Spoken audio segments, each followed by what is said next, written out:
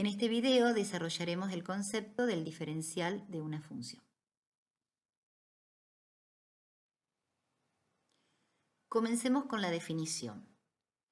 Tenemos y una función diferenciable de x. Entonces definimos la diferencial de la variable independiente x como el incremento de x. Es decir, lo que hasta ahora hemos llamado delta x. Y la diferencial de la variable dependiente y, entendiendo que y es una función de x, está definido como el producto de la derivada de f por la diferencial o el diferencial de la variable independiente, o sea, de x. También podemos denotar el diferencial de y como diferencial de f. Veamos un ejemplo. De acuerdo a esta definición, si la función es la que aparece ahí y queremos determinar el diferencial de y, entonces derivamos y multiplicamos por delta x. Nos queda 3x² más 5 por diferencial x. ¿Pero qué representa gráficamente el diferencial de una función? Para analizar esto vamos a apoyarnos en una figura. Allí se ha representado la gráfica de una función f y tomemos sobre el eje de abscisas un punto x cualquiera. El punto P está sobre la gráfica y su abscisa es x. A partir de x nos vamos a desplazar un cierto delta x hacia la derecha, en este caso, simplemente por elección. Podríamos haber tomado un delta x negativo y desplazarnos hacia la izquierda, pero vamos a tomar este caso, un delta x positivo. Bien, a este nuevo valor de x le corresponde sobre la gráfica de la función el punto Q. Luego trazamos la recta tangente a la gráfica por P. El punto T es el punto que está sobre la recta tangente y tiene como abscisa x más delta x. Bien, con esto, ¿qué podemos decir? La pendiente de la recta tangente sabemos que es la derivada de la función f' de x en el punto x.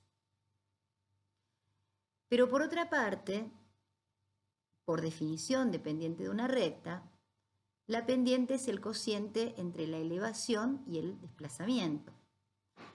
La elevación en este caso de P a T y el desplazamiento de P a T.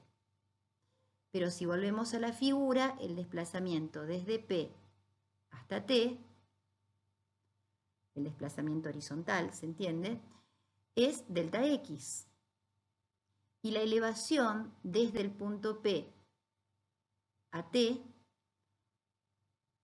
es el segmento, es la longitud del segmento TR. Ahora bien, si consideramos que delta x es el diferencial de x y pasamos el diferencial de x multiplicando f' de x, llegamos a la conclusión de que el segmento TR representa el diferencial de y. Entonces, tenemos que el diferencial de y nos da la elevación hasta la recta tangente en P. Ahora bien, ¿qué relación podemos establecer entre el diferencial de y el delta y? Volvamos a la figura y ahora tenemos que ponernos a imaginar un poco. Les dejo también esta simulación, búsquenla en internet. Es una simulación, digamos, con el programa GeoGebra, donde ustedes simplemente buscando interpretación geométrica del diferencial de y con GeoGebra, seguramente aparecen varios videos y lo pueden ver, ¿no es cierto? Acá, bueno, vamos a analizar esta figura estática y vamos a imaginar que el punto x más delta x se aproxima a x. Es decir, el delta x se hace cada vez más pequeño. El punto P está fijo. El punto Q se mueve sobre la curva hacia el punto P. Y en consecuencia, ¿qué es lo que sucede? El diferencial de y se hace cada vez más parecido al delta y.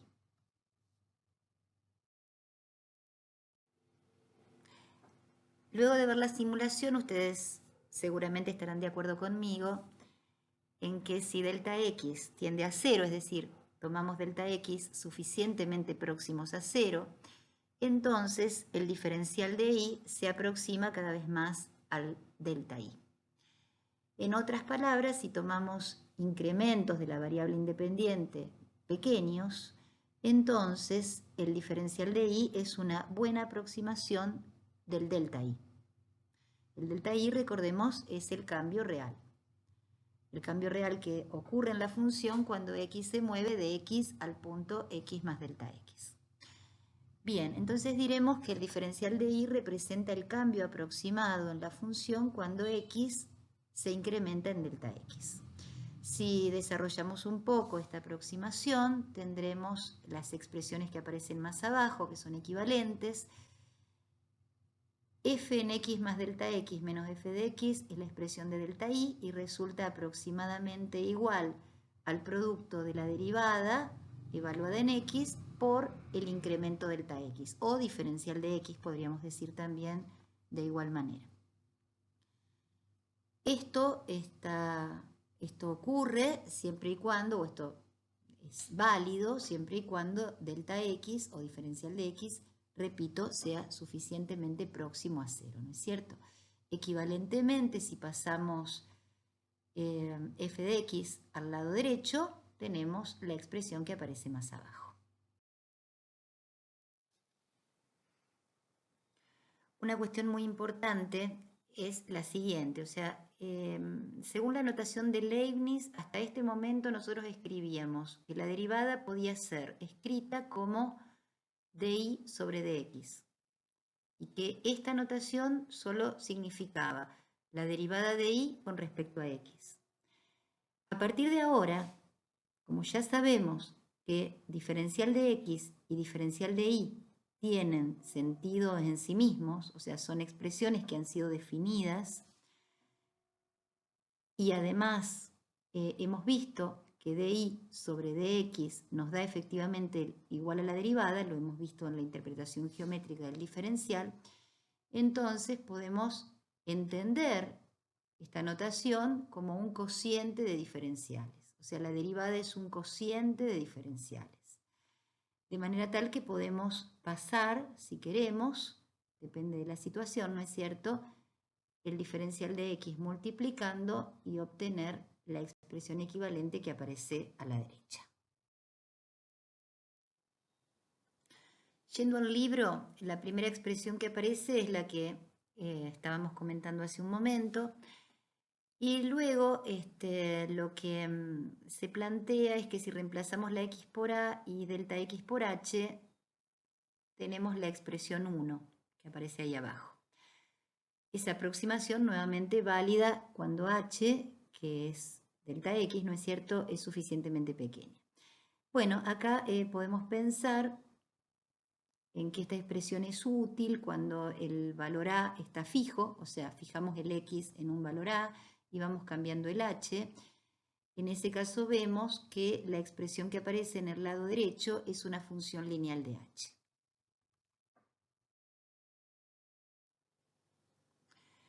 Veamos algunas aplicaciones. Por ejemplo, usando diferenciales queremos aproximar el resultado de la raíz quinta de 31. Definimos una función que en este caso es la raíz quinta de x. Tomemos x igual a 32. ¿Por qué? Porque es el valor más próximo a 31 en el cual podemos calcular de manera exacta la raíz quinta. Y vemos que tenemos que tomar un delta x negativo para desde 32 irnos a x más delta x, ¿no es cierto? O sea, necesitamos que retroceder 1 a partir de 32 para encontrarnos con 31. Bien, a continuación tenemos lo que ya sabemos, el diferencial de y se mantiene suficientemente próximo a delta y si tomamos un delta x suficientemente pequeño. Consideremos que menos 1 es suficientemente pequeño en módulo, ¿no es cierto?, con respecto a 32. Bien, En el lado izquierdo está calculada la expresión del diferencial de y, teniendo en cuenta que la función f es raíz quinta de x. O sea que hemos derivado raíz quinta de x, nos queda un quinto por x a la menos 4 quintos, y multiplicado por el diferencial de x para obtener la expresión del diferencial de y. A continuación, reemplazamos delta i. La variación de y es la diferencia entre f evaluada en x más delta x y f evaluada en x. Ahora valoricemos, reemplazamos x por 32, delta x por menos 1. Recordemos que delta x y diferencial de x es lo mismo. Bien, resolvemos numéricamente y obtenemos que la raíz quinta de 31, ¿no es cierto que la hemos despejado? Es aproximadamente igual a menos 0,0125 más 2, que es el resultado de la raíz quinta de 32, ¿no es cierto que lo hemos pasado al lado izquierdo? Bien, finalmente obtenemos un valor aproximado de la raíz quinta de 31. Sabemos que la raíz quinta de 31 es un número irracional. En este caso hemos obtenido una aproximación con 4 cifras decimales. Si usamos la calculadora, obtenemos ese resultado que aparece ahí.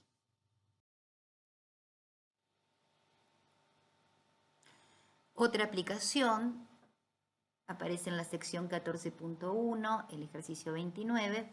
Tenemos un fabricante que estima las ventas en 400 unidades por semana con un error porcentual sobre esas ventas del 5% posiblemente. La función ingreso para ese fabricante es la que aparece ahí, R de X, y lo que queremos es encontrar el máximo error porcentual estimado en el ingreso. Entonces, como queremos estimar el error, vamos a recurrir a una aproximación de ese error. Ahora, el error porcentual está definido como la variación, en este caso del ingreso, el cambio que se pudo producir sobre el ingreso cuando modificamos la producción desde 400 unidades a un valor incrementado. Nos referimos a R, ¿no es cierto? Por eso dividimos por R y multiplicamos por 100. Luego, considerando que estamos queriendo aproximarlo, aplicamos que para delta X suficientemente pequeños, delta R se aproxima a su diferencial. Entonces, el error porcentual estimado sobre el ingreso nos queda el cociente entre el diferencial de R, referido a R, por 100. Luego derivamos, multiplicamos por delta X, o sea, estaríamos calculando la expresión del diferencial de R, dividimos por R, multiplicamos por 100 y pasamos a reemplazar por los valores numéricos. X es 400, tal como nos decía, y desde allí nos estaríamos corriendo un 5% posiblemente como máximo. Entonces, delta X es más menos, porque no sabemos en qué sentido nos estamos corriendo, puede ser un error por exceso, ¿no es cierto? Un error por defecto en la producción, en las ventas semanales. Bien, calculamos el 5% de 400. Multiplicamos por más menos 0.05 por 400. Y nos da que el error estimado porcentual máximo es de 1,67%, que puede ser por defecto o por exceso. Eso es lo que significa ese doble signo que ponemos en el error. Y con esto terminamos el tema.